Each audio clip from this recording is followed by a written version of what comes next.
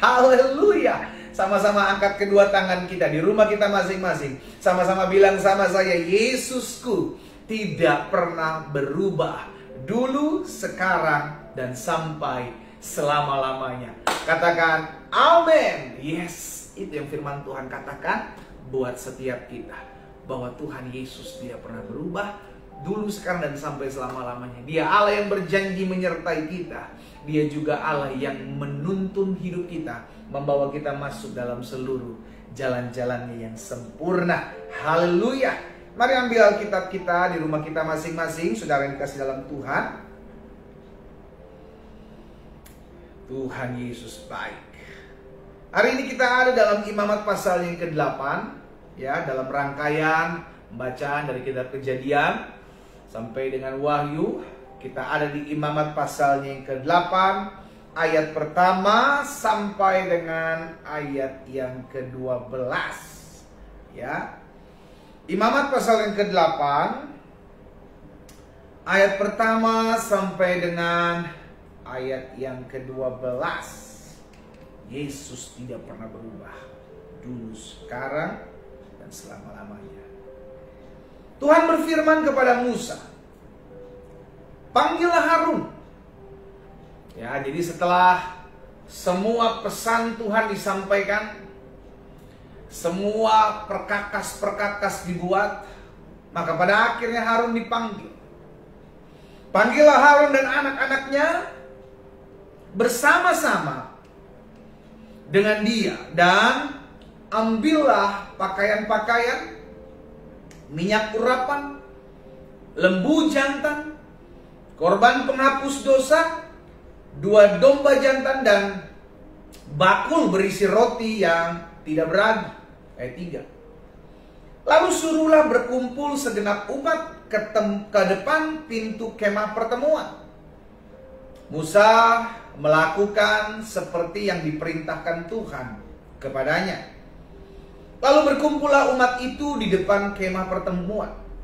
Berkata Musa kepada umat itu, inilah firman yang diperintahkan Tuhan untuk dilakukan. Jadi Musa menyampaikan apa yang menjadi ketetapan atau kebenaran firman Tuhan. Musa sampaikan. Tapi kita menyadari bahwa untuk melakukan adalah keputusan umat Tuhan. Sama ketika kita mendengarkan firman Tuhan, kita mendengarkan renungan, kita mendengarkan sharing firman, keputusan kita lah yang melakukan. Tapi bagian hamba-hamba Tuhan, kita menyampaikan firman. Musa menyampaikannya. Lalu berkatalah Musa kepada umat itu, ayat yang ke-5, inilah firman yang diperintahkan Tuhan untuk dilakukan. Lalu Musa menyuruh, ayat 6, Harun dan anak-anak yang mendekat, dan dibasuhnyalah mereka dengan air. Sesudah itu dikenakanlah kemeja kepadanya, diikatkannya ikat pinggang, dikenakannya gamis, dikenakannya baju efod, diikatkannya sabuk baju efod, dan dikebakkannya sabuk itu kepadanya. Dikenakannya tutup dada kepadanya, dibubuhinya dalam tutup dada itu urim dan tumim. Kemudian ditaruh serban di kepalanya, dan di atas serban itu di sebelah depan ditaruhnya patam emas, yakni jamang yang kudus, seperti yang diperintahkan Tuhan kepada Musa. Jadi peralatan pakaian imam dipakaikan kepada mereka, karena mereka akan ditahbiskan, ya. Mereka akan menerima tugas ini. Ayat 10. Musa mengambil minyak urapan, lalu diurapinya lah kemah suci serta segala yang ada di dalamnya, dan dikuduskan semuanya itu. Dipercikannya sedikit dari minyak itu ke mezbah 7 kali, dan diurapinya mezbah itu serta segala perkakasnya, dan juga bejana pembasuhan serta alasnya untuk menguduskannya. Semua alat yang akan dipakai dalam peribadatan dikuduskan oleh Musa dengan diurapi. Demikian di ayat 12 dikatakan, kemudian dituangkannya sedikit dari minyak urapan itu ke atas kepala Harun, dan diurapinya dia untuk menguduskannya. Sampai di ayat 12, saudara dikasih dalam Tuhan. Ketika Musa diperintahkan Tuhan untuk memanggil Harun dan anak-anaknya untuk ditahbiskan, untuk dikhususkan, untuk diurapi. Maka Musa mengurapi mereka, ya, dengan minyak urapan. Kita tahu bersama dalam perjanjian lama ada imam, ada nabi, ada raja yang dapatkan pengurapan, yang diurapi. Dan saudara dikasih dalam Tuhan, ketika mereka diurapi, mereka dipisahkan, mereka dikhususkan. Sama-sama bilang sama saya, dikhususkan. Sama-sama bilang sama saya, dipisahkan. Itu tanda menjadi kamu milik saya, kata Tuhan. Itulah keturunan-keturunan orang-orang Lewi yang akan melayani umat Tuhan di dalam kemah suci. Dan itu terjadi dalam kehidupan saudara dan saya. Kita adalah orang-orang yang menerima pengurapan. Kita adalah orang-orang yang dikhususkan. Kita adalah orang-orang yang dikuduskan. Kita orang-orang yang dipisahkan. Untuk menjadi apa kita dipisahkan? Untuk menjadi umat kepunyaannya. Sama-sama taruh tangan kanan kita di dada. Sama-sama bilang sama saya milik kepunyaan Tuhan. Amin. Kita adalah milik kepunyaan Tuhan ketika kita menerima pengurapan. Coba kita lihat di dalam Lukas pasal 4 ayat 18 dan ayat 19. Firman Tuhan bilang begini, saudara. Lukas pasal 4 ayat 18 dan ayat 19. Roh Tuhan ada padaku, oleh sebab Ia telah mengurapi aku. Kapan seorang menerima pengurapan? Ketika Roh Kudus ada dalam hidupnya. Roh Tuhan ada padaku, oleh sebab Ia telah mengurapi aku untuk menyampaikan kabar baik kepada orang-orang miskin, dan Ia telah mengutus aku. Jadi ketika kita menerima pengurapan dari Tuhan pada saat Roh Kudusnya ada dalam hidup kita, itu bukan cuma iseng-iseng berhadiah. Kita ada tugas. Sama-sama bilang sama saya punya tugas. Dikhususkan, dikuduskan untuk menerima tugas. Apa itu? Pergilah, jadikanlah semua bangsa muridku. Itu sebabnya kenapa Tuhan Yesus katakan, bukan kamu yang memilih aku, akulah yang memilih kamu, kata Tuhan Yesus. Untuk apa? Untuk kamu pergi dan menghasilkan buah. Jadi bukan hanya imam, raja, dan nabi, itu terjadi dalam perjanjian lama, namun dalam kehidupan saudara dan saya, ketika kita menerima Roh Allah, maka engkau menerima pengurapan itu. Sama seperti apa yang dikatakan Tuhan Yesus, Lukas 4 ayat 18 dan 19 ini. Roh Tuhan ada padaku, oleh sebab Ia telah mengurapi aku untuk menyampaikan. Ada tujuan, ya. Jadi bukan cuma sekedar, oh saya orang yang diurapi karena saya menerima Roh Kudus, terus lu petantang-petenteng. No. Kita menerima pengurapan, kita dikuduskan, kita dikhususkan, kita dipisahkan untuk ada tugas. Tugas itulah yang harus kita kerjakan, tugas itulah yang harus kita lakukan. Ya. Untuk menyampaikan kabar baik kepada orang-orang miskin, dan Ia telah mengutus aku untuk memberitakan pembebasan kepada orang-orang tawanan, untuk memberitakan pembebasan kepada orang-orang tawanan, penglihatan bagi orang-orang buta, untuk membebaskan orang-orang tertindas, untuk memberitakan tahun rahmat Tuhan telah datang. 1 Yohanes 2 ayat 20. 1 Yohanes pasal 2 ayat 20 bilang begini. Tetapi kamu, saudara dan saya, telah beroleh pengurapan dari yang kudus, dan dengan demikian kamu semua mengetahuinya. Jadi ketika kita menerima Yesus sebagai Tuhan dan Juru Selamat, engkau mengalami pengurapan yang dikerjakan oleh Roh Kudus dalam kehidupan saudara dan saya.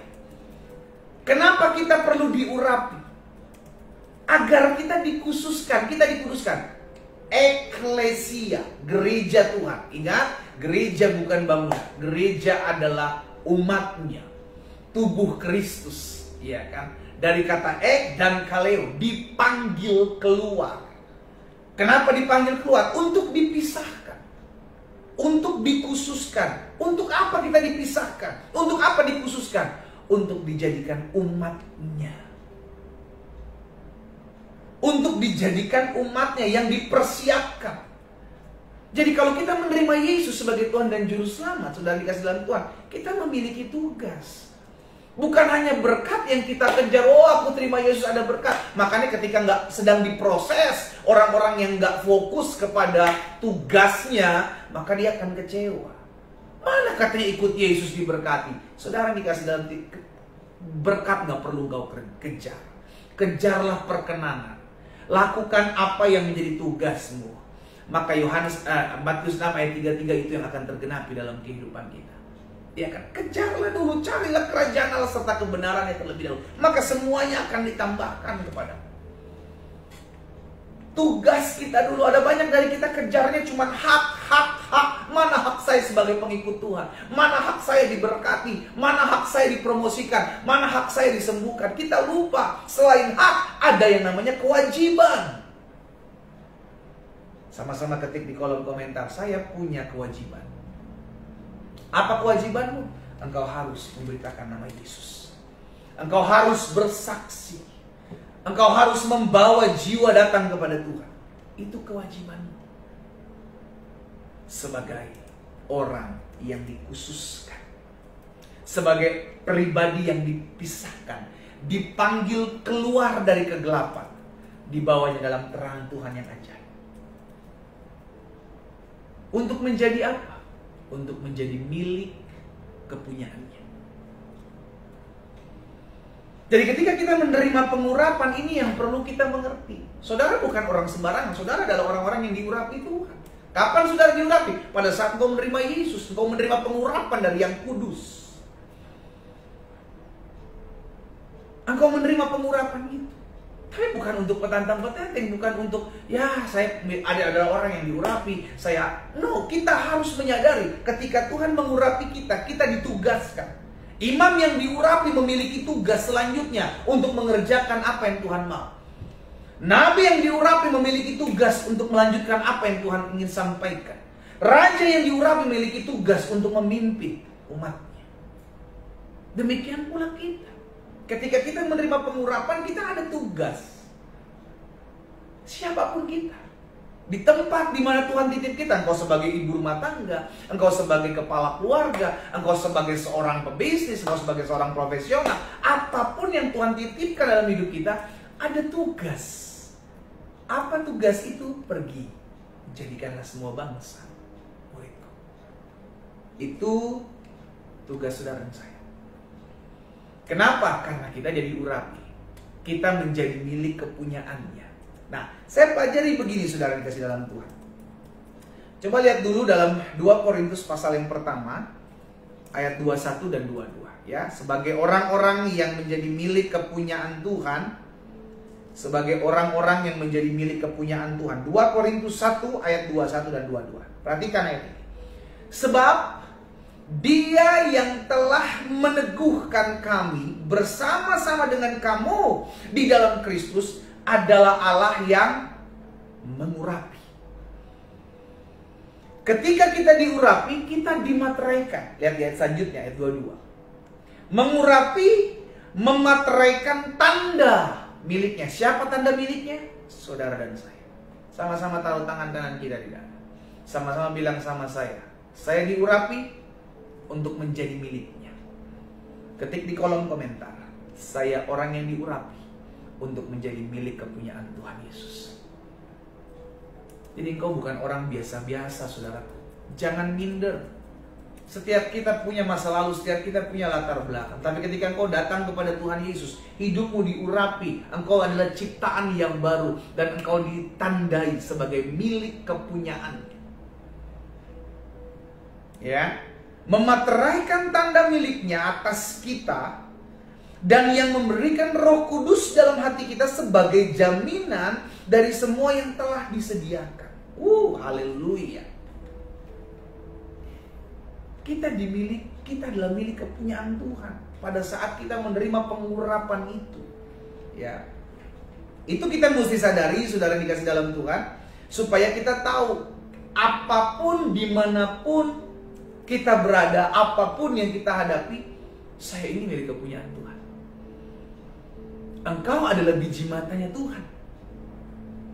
Engkau ditandai, ya kan? Kalau kita punya barang yang kita tinggal, saudaraku, maka kita tandai. Ini barang milik kita. Contoh, kita berikan nama Glenn, kita tinggal di tempat itu. Sama kayak kita kalau baru pulang dari luar kota naik pesawat, kita mungkin beli oleh-oleh, kita masukkan ke bagasi, tentu akan banyak oleh-oleh yang sama melewati rel itu kan, tempat pengambilan barang. Cara membedakannya gimana? Kita kasih tanda dengan nama, mungkin ada tanda-tanda khusus. Kira-kira seperti itulah Tuhan menaruh kita di tengah-tengah dunia ini. Tetapi ada tandanya. Tandanya itu apa? Materai. Materainya apa? Roh Kudus. Roh Kudus adalah materai itu. Keabsahan. Materai bicara tentang keabsahan. Sehingga kita di tengah-tengah dunia, sekalipun kita hidup di tengah-tengah dunia, kita ada tandanya gitu loh saudara. Oh, Tuhan lihat ini milik aku. Engkau sedang mengalami kesusahan, tapi Tuhan lihat, oh anakku ini nih yang di sebelah sana lagi sedang mengalami kesusahan. Tandanya tuh kelihatan.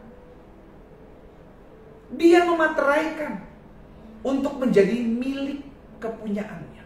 Ya, nah ini yang saya mau sampaikan buat setiap kita, agar kita menyadari bahwa kita ini milik kepunyaan Tuhan yang ditempatkan Tuhan di tengah-tengah dunia. Makanya Tuhan Yesus ajarkan kepada kita, ingatkan kepada kita, kita diutus seperti domba di tengah-tengah kawanan serigala.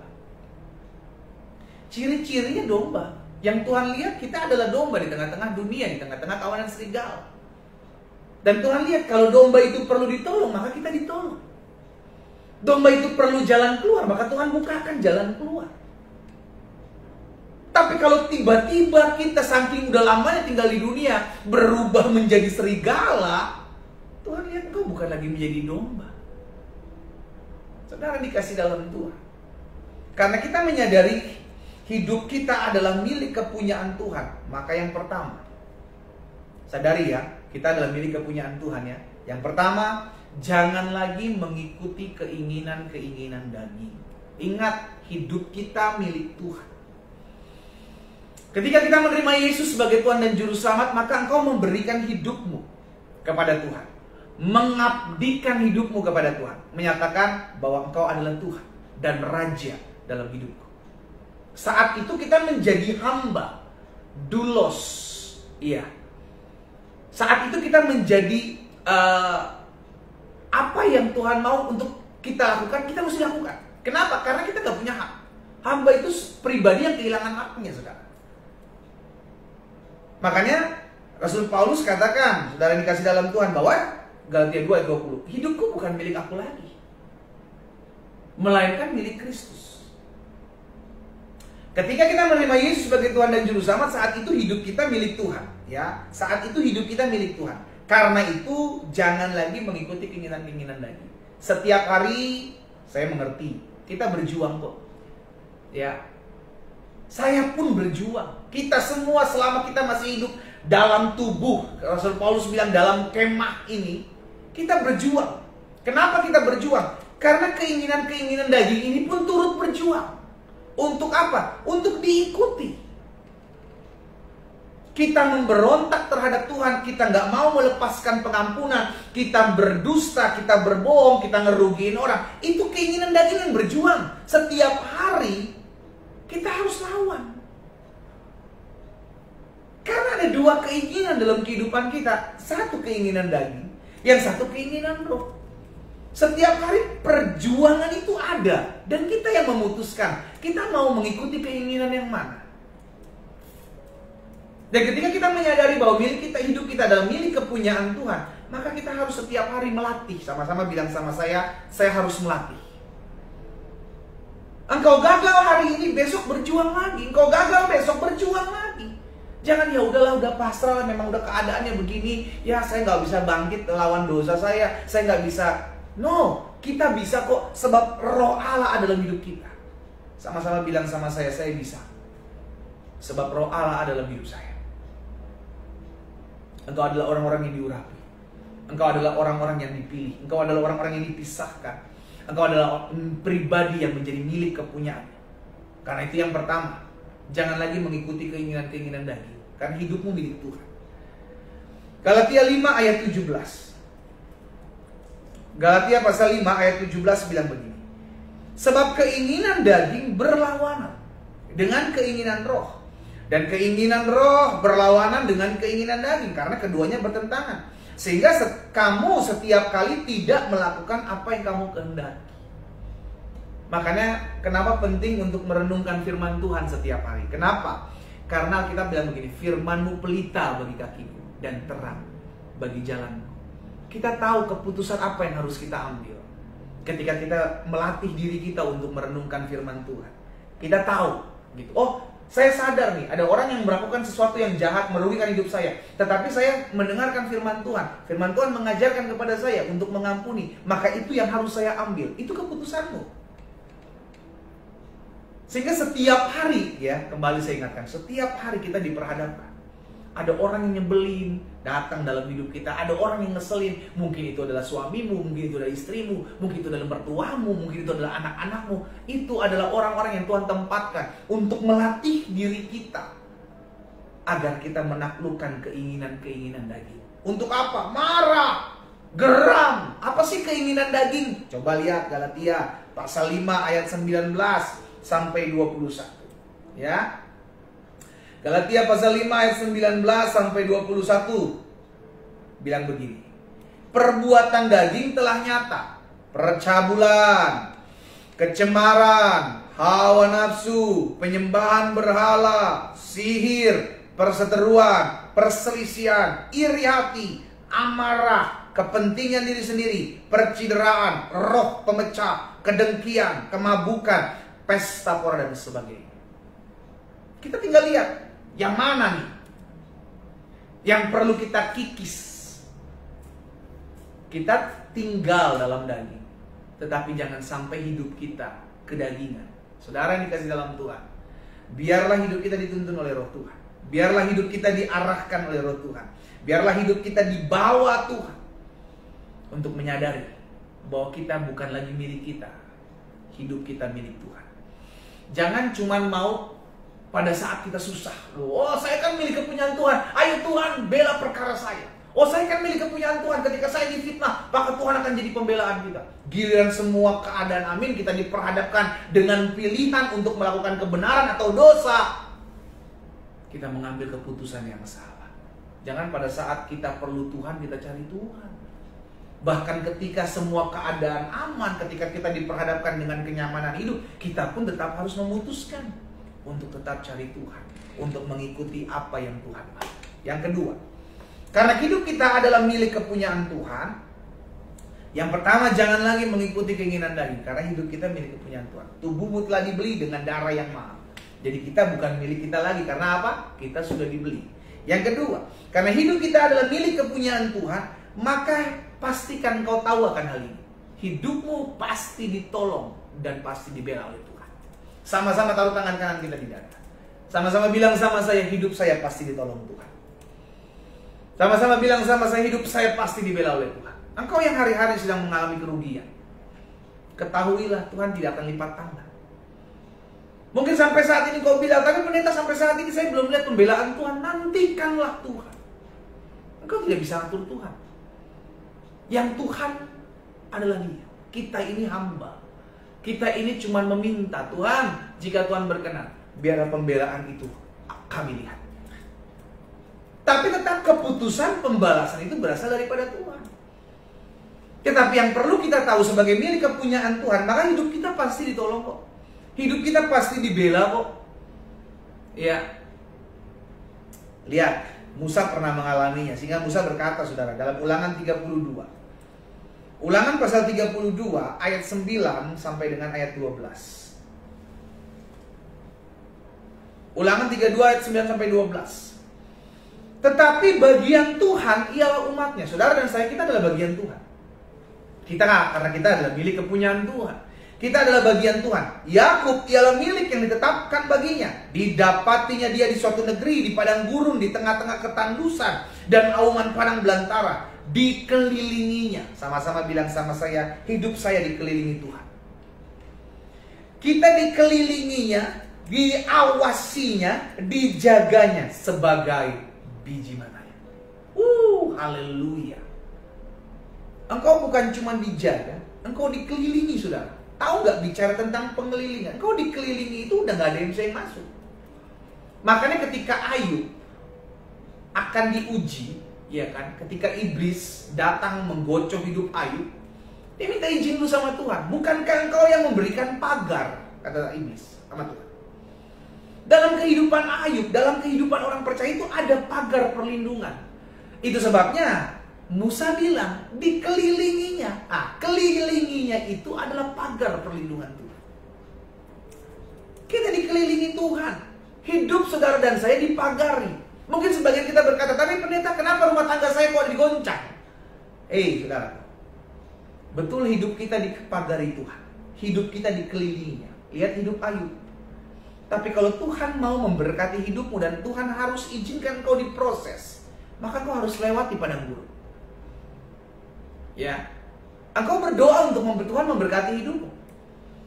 Ayub, Alkitab katakan setelah melewati fase itu, fase kesusahan, maka Alkitab mencatat maka Ayub hidupnya diberkati 2 kali lipat. Ada banyak dari kita mengejar 2 kali lipatnya tanpa mau melewati kesusahannya. Engkau mau melihat berkat 2 kali lipat. Engkau mau melihat promosi Tuhan. Engkau mau melihat kedewasaan campur tangan Tuhan dalam hidupmu. Engkau mau lihat pembelaan Tuhan. Tapi engkau harus hadapi dulu namanya padang gurun itu. Jadi dikelilingi, dijaga, dipagari Tuhan. Bukan berarti gak mengalami pendewasaan. Ya, bukan berarti gak melalui padang gurun di mana Tuhan mendidik dan melatih kita untuk menjadi anak-anak yang tough, yang kuat. Jadi ingat ya, kita dikelilingi, kita diawasi, ya kan? Kalau dikelilingi itu kita dilihat dari atas, dikelilingi, diawasi, saudara, diperhatikan. Dijaga, haleluya, dikelilingi, diawasi, dijaga. Ingat selalu hal ini. Itulah hidupmu. Karena engkau adalah biji mata Tuhan. Engkau dikelilingi, dijaga, diawasinya, dilihat, dipagari. Ayat 11, laksana Raja Wali menggoyang bangkitkan isi sarangnya, melayang-layang di atas anak-anaknya, mengembangkan sayapnya, menampung seekor dan mendukung di atas pakaian. Demikianlah Tuhan sendiri menuntun dia dan tidak ada alas asing menyertai dia. Saudara yang dikasih dalam Tuhan, ingat hal ini. Hidupmu dijaga Tuhan, hidupmu ditolong Tuhan, hidupmu dibela oleh Tuhan. Kalau sampai hari ini kau belum melihat pertolongan Tuhan, sampai hari ini kau berdoa, kau belum melihat pembelaan Tuhan, bukan berarti Tuhan gak tolong dan gak bela hidupmu. Mungkin hari-hari ini kau sedang mengalami fase di mana Tuhan mau angkat hidupmu, tapi kau harus melalui padang gurun. Daniel harus memasuki gua singa, baru dia dipromosikan, saudaraku. Baru dia melihat campur tangan Tuhan, baru dia melihat bagaimana ada jiwa-jiwa diselamatkan oleh kemurahan Tuhan. Sadrak, Mesak, Abednego harus masuk dapur api dulu, baru dia diangkat, dipromosikan oleh raja, saudara dikasih dalam Tuhan. Semua. Daud juga mengalami Goliat dulu. Iya kan? Mordekai harus dirancangkan pembunuhan dulu oleh Haman, baru dapat promosi. Engkau mau lihat promosi Tuhan dalam hidupmu, engkau harus melalui fase-fase, masa di mana engkau sedang masuki padang gurun. Dan mungkin saat ini engkau sedang memasuki fase itu. Tetaplah kuat, tetaplah bertahan, karena di balik hal ini engkau akan lihat pembelaan Tuhan, pertolongan Tuhan dinyatakan dalam hidupmu. Haleluya. Yang ketiga, yang terakhir, karena hidup kita adalah milik kepunyaan Tuhan Yesus, maka yang pertama, jangan lagi mengikuti keinginan-keinginan daging. Ingat, keinginan daging terus berjuang setiap hari. Ya, setiap hari keinginan daging terus berjuang, tetapi kalahkan keinginan dagingmu dengan keinginan roh. Yang kedua, karena hidup kita adalah milik kepunyaan Tuhan Yesus, maka pastikan kau tahu ini, hidupmu ditolong dan dibela oleh Tuhan. Janji firman Tuhan jelas, engkau dijaganya, engkau dikelilinginya, engkau diawasinya, engkau dijaganya seperti biji mata Tuhan. Dan yang ketiga, yang terakhir, karena hidup kita adalah milik kepunyaan Tuhan Yesus, maka dimanapun Yesus berada, di situ pun kita akan berada. Haleluya. Di mana Yesus berada, di situ pun kita berada. Kenapa? Karena kita milik kepunyaan. Saudara dikasih dalam Tuhan, engkau punya barang, engkau punya milik kepunyaan. Di mana milik kepunyaan itu? Gak mungkin di rumah orang lain, kecuali dia dicuri. Milik kepunyaan kita tentu ada di dekat kita, karena ini milik kepunyaan kita. demikian pula hidup kita. Ketika kita ditebus, maka kita menjadi milik kepunyaan Tuhan Yesus. Dan ketika kita menjadi milik kepunyaan Tuhan Yesus, maka di mana Yesus berada, haleluya, di situ pun kita berada. Di mana sih Yesus berada? Kita lihat dalam Yohanes, Kisah Rasul dulu, Kisah Rasul pasal 1, ya. Kisah Rasul pasal 1 ayat 9 sampai dengan ayat 11. Haleluya. Kisah Rasul pasal 1 ayat 9 sampai 11. Sesudah ia mengatakan demikian, sesudah Yesus mengatakan demikian kepada murid-muridnya, terangkatlah Yesus. Ya, terangkatlah Yesus disaksikan oleh mereka, dan awan menutupnya dari pandangan mereka. Ketika mereka sedang menatap ke langit, waktu ia naik, tiba-tiba berdirilah 2 orang yang berpakaian putih dekat mereka dan berkata kepada mereka, "Hai orang-orang Galilea, mengapa kamu berdiri menghadap ke langit? Yesus ini yang terangkat ke sorga, meninggalkan kamu, akan datang kembali dengan cara yang sama seperti kamu melihat dia naik ke sorga." Jadi di mana Yesus berada saat ini? Dia di sorga. Kenapa dia di sorga? Karena dialah empunya sorga.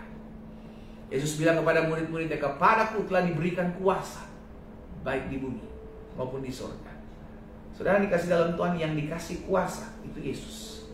Berarti kalau dia punya kuasa baik di bumi maupun di sorga, dia punya kuasa. Siapa yang bisa dia bawa masuk bersama-sama dengan dia? Itu sebabnya Yesus berkata, "Aku akan pergi, dan di tempat di mana aku pergi, setelah aku pergi ke sana, aku akan menyediakan tempat bagimu, supaya tempat di mana aku berada, kamu pun berada." Ini kerinduan Tuhan. Kenapa Tuhan Yesus merindukan agar di mana dia berada, kita berada? Karena kita milik kepunyaannya. Haleluya. Yes. Ya, jadi karena kita milik kepunyaan Tuhan Yesus, maka dimanapun Yesus berada, di situ pun kita berada. Surga menjadi jaminan hidup selama kau mempertahankan imanmu sampai akhir. Berjuang mempertahankan hidupmu untuk tetap ada dalam kehidupan kasih Kristus. Maka dimanapun Yesus berada, engkau berada. Yesus berada di surga karena dia punya surga. Saudara dikasih dalam Tuhan, 3 hal yang saya bagikan buat setiap kita pagi hari ini. Sadari, engkau bukan orang biasa-biasa. Engkau orang yang diurapi. Untuk apa kita diurapi? Ditandai engkau menjadi milik kepunyaannya, yang memiliki tugas, panggilan untuk menjadi berkat bagi banyak orang. Kita berdoa, kita datang kepada Tuhan. Bapa, dalam nama Tuhan Yesus, kami mengucap syukur Tuhan, karena hari ini kami diingatkan bahwa Tuhan, Engkaulah Allah yang mengurapi setiap kami, menjadikan kami milik kepunyaan-Mu. Dan kami bersyukur Tuhan Yesus, hari ini kami menyadari sebagai milik kepunyaan Tuhan, maka kami dijaga, kami diawasi, kami dipagari, kami dilindungi sebagai biji mata Tuhan. Apapun yang kami hadapi hari-hari ini, kami tahu Tuhan peduli dalam apa yang kami jalani. Dan kami percaya ya Tuhan, ada waktu Tuhan di mana Engkau membela perkara kami. Itu sebabnya biarlah kami berserah, biarlah kami datang kepada Tuhan. Dan pagi hari ini kami diingatkan sebagai milik kepunyaan Tuhan. Biarlah kami selalu melakukan apa yang Tuhan mau.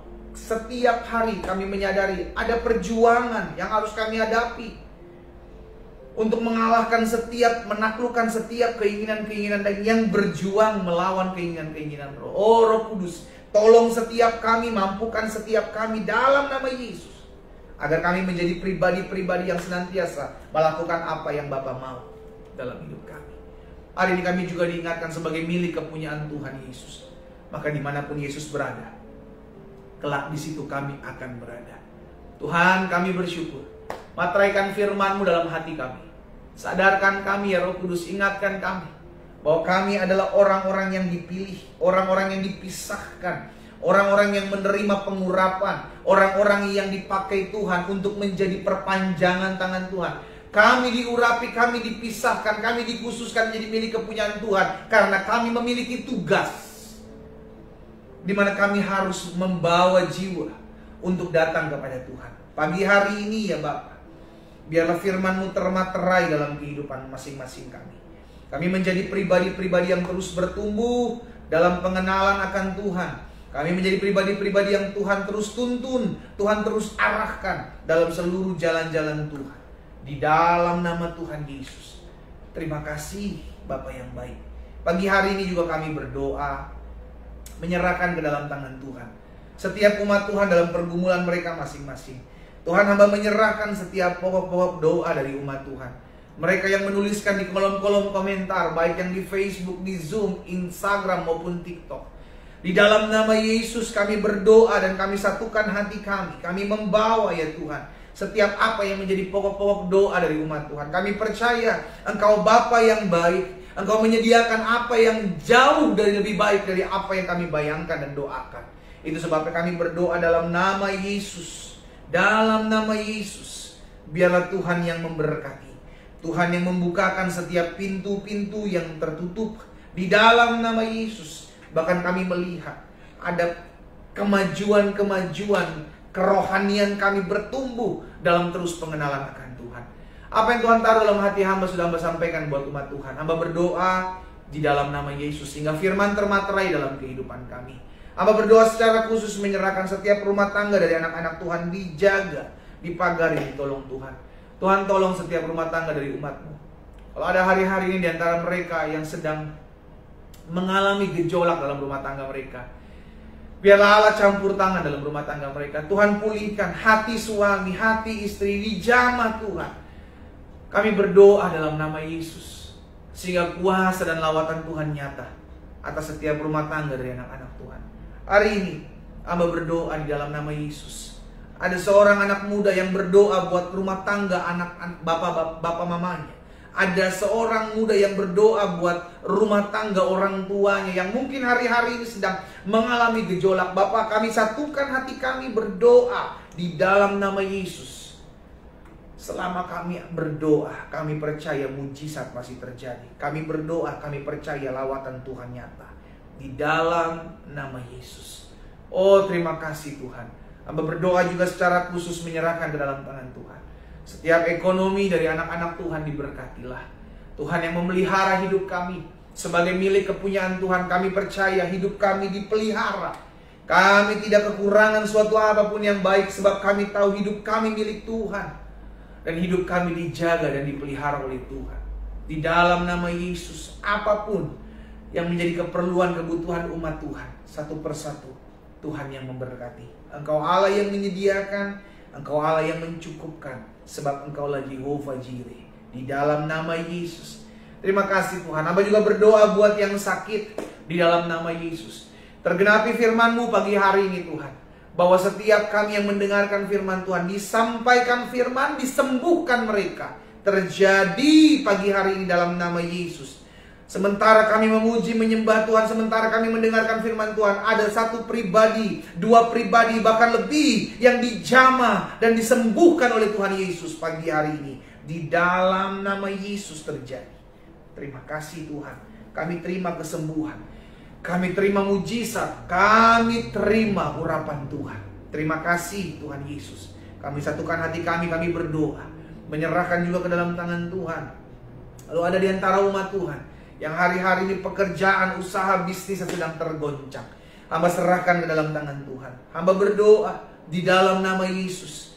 Kami percaya ya Tuhan, apa yang dikerjakan oleh anak-anak Tuhan, sebab Tuhanlah yang memberkati. Bagian kami mengandalkan Tuhan, bagian kami berharap kepada Tuhan, maka kami akan lihat campur tangan Tuhan dinyatakan. Atas segala apa yang kami kerjakan, dibuat tangan Tuhan berhasil.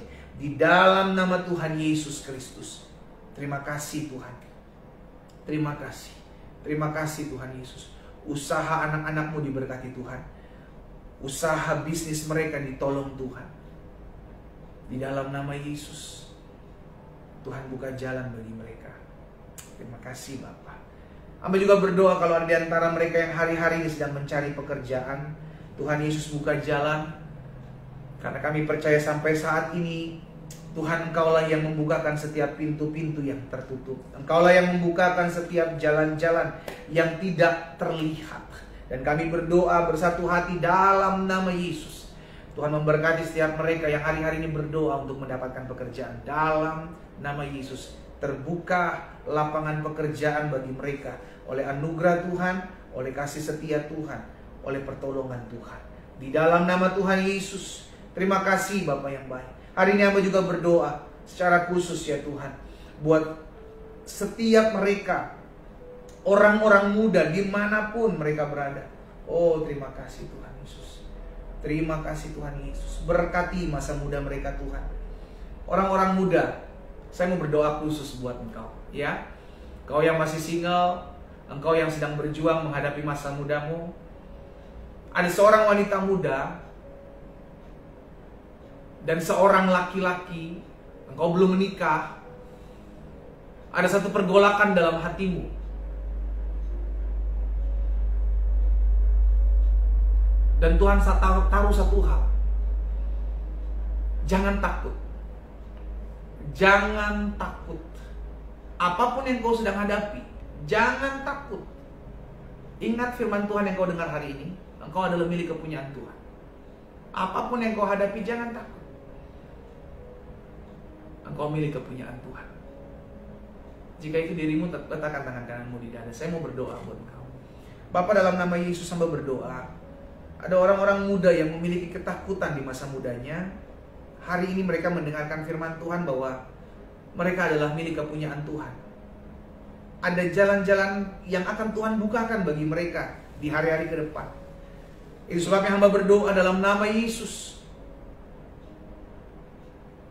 Biar Tuhan bukakan setiap pintu-pintu yang tertutup bagi mereka. Sehingga mereka melihat bahwa orang-orang yang mengandalkan Tuhan, menaruh harapan kepada Tuhan, tidak akan pernah dikecewakan. Dalam nama Yesus. Biar turun damai sejahtera-Mu, turun kasih sukacita-Mu mengalir di hati mereka. Demi nama Yesus. Hamba juga berdoa, ya Tuhan Yesus, Tuhan campur tangan dalam kehidupan orang-orang muda ini. Kalau ada di antara mereka yang hari-hari ini berdoa untuk mendapatkan pasangan hidup, hamba berdoa bagi mereka dalam nama Yesus. Tuhan pertemukan mereka dengan pasangan hidup yang berasal daripada Tuhan, yang mengasihi Tuhan Yesus, yang mencintai Tuhan Yesus, juga mengasihi dan menghargai hidup mereka.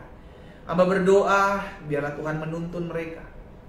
Hamba juga menyerahkan setiap orang-orang muda yang mungkin hari-hari ini sedang menjalin hubungan. Biar Tuhan juga yang tolong menjaga hubungan mereka. Kalau ada rencana dari mereka untuk membawa hubungan mereka masuk ke dalam jenjang yang lebih serius, biarlah Tuhan campur tangan. Berikan keteguhan hati, berikan ketetapan hati dalam hidup mereka. Di dalam nama Tuhan Yesus, Tuhan tolong. Terima kasih Bapa. Terima kasih Tuhan Yesus. Pagi hari ini hamba juga menyerahkan ke dalam tangan Tuhan. Ada seorang ibu, ya, ada seorang ibu, engkau penjual sembako, ya, engkau penjual sembako. Engkau memiliki ketakutan karena daganganmu sedang sepi. Tuhan ingatkan satu hal, tetap andalkan Tuhan, tetap setia, jangan takut. Hari ini kita sudah mendengarkan firman Tuhan bahwa engkau adalah kepunyaan Tuhan. Tuhan memperhatikan, Tuhan dengar doa. Tetap setia dalam jalan-jalan Tuhan. Tetap miliki hati yang lurus di depan Tuhan. Tuhan akan membukakan tingkap-tingkap langit di dalam kehidupan. Saya mau berdoa buat ibu. Bapa, dalam nama Yesus hamba berdoa buat ibu ini. Dia adalah seorang penjual toko sembako. Biarlah Tuhan yang memberkati kehidupannya, usahanya diberkati Tuhan, sehingga ada terobosan yang dia lihat tatkala dia mengejar Tuhan. Dia berharap dan bergantung kepada Tuhan, dan dia mengerti bahwa dia adalah milik kepunyaan Tuhan. Di dalam nama Tuhan Yesus.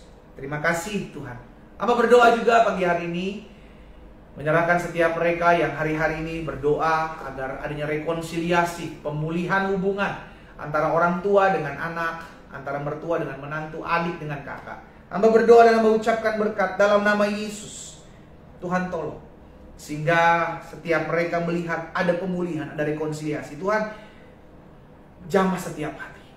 Kami tidak mau membiarkan hati kami dipenuhi dengan kebencian, tapi biarlah hati kami dipenuhi dengan damai di dalam nama Yesus. Karena kami menyadari ya Tuhan, hidup kami milik Tuhan, dan Tuhan menghendaki agar kami membawa terang, menjadi pembawa-pembawa damai. Biarlah dipulihkan, terjadi rekonsiliasi, pemulihan hubungan antara anak orang tua, adik dengan kakak, mertua dengan menantu, om tante dengan keponakan, dalam nama Yesus. Sehingga kesanalah berkat-berkat Tuhan dicurahkan. Terima kasih Tuhan Yesus. Hamba juga berdoa menyerahkan rumah tangga suami istri yang memiliki kerinduan untuk mendapatkan keturunan. Kami percaya dan kami sadar bahwa anak adalah titipan Tuhan. Itu sebabnya biarlah kami memohon kepada Tuhan, Engkaulah yang empunya keturunan, Engkaulah yang berhak, dan Engkaulah yang bisa memberikannya. Kami berdoa dalam nama Yesus memberkati setiap pasangan suami istri yang merindukan keturunan dalam rumah tangga mereka. Dalam nama Yesus terbukalah kandungan dalam kehidupan rumah tangga mereka. Diberkatilah kandungan mereka. Diberkatilah kesehatan reproduksi mereka. Dijauhkan, dipatahkan mereka dari segala kutuk-kutuk keturunan dalam nama Yesus. Anugerah Tuhan Yesus ada bagi mereka di dalam nama Yesus. Terima kasih Tuhan. Kami bersyukur buat pagi hari ini. Kami percaya ada jiwa-jiwa juga yang datang kepada Tuhan. Kalau ada di antara umat Tuhan yang pagi hari ini datang berdoa, mereka sedang jauh dari Tuhan. Namun hari ini tidak sengaja, secara kebetulan mereka melihat doa pagi online ini dan hamba berdoa. Dijamah Tuhan. Dijamah Tuhan. Dijamah Tuhan. Ada seorang yang sedang jauh dari Tuhan hidupnya. Pagi hari ini kau sedang menangis di hadapan Tuhan. Tuhan taruh satu hal dalam hati saya. Tuhan membuka tangannya kepadamu, saudara. Tuhan mau datang, kau datang kembali kepadanya. Tuhan mau memulihkan hidup. Engkau sedang ada dalam keterpurukan, kau sedang dalam kehancuran, kau sedang kering, kau sedang hampa. Siapapun dirimu, jika itu adalah dirimu, letakkan tangan kananmu di dada. Saya mau berdoa buat saudara. Bapa, dalam nama Yesus, ada seorang yang hari-hari ini sedang jauh dari Tuhan. Hidupnya hampa, hidupnya kering, hidupnya tidak punya tujuan. Tapi hari ini tidak secara kebetulan dia berjumpa dengan Tuhan melalui doa pagi ini. Bapak, hamba berdoa baginya di dalam nama Yesus. Dalam nama Yesus, Tuhan jamah hatinya, penuhi hidupnya dengan damai sejahtera Tuhan. Dan biarlah hari ini dia mengambil keputusan untuk tetap terus mengikut Tuhan, untuk tetap terus ada dalam jalan-jalan Tuhan. Roh Kudus tolong hidupnya, Roh Kudus tuntun hidupnya di dalam nama Tuhan Yesus. Terima kasih Tuhan. Terima kasih. Hamba berdoa juga pagi hari ini ya Tuhan, kalau ada jiwa-jiwa yang belum kenal Tuhan Yesus, mereka mengikuti doa pagi online ini, kami satukan hati kami berdoa.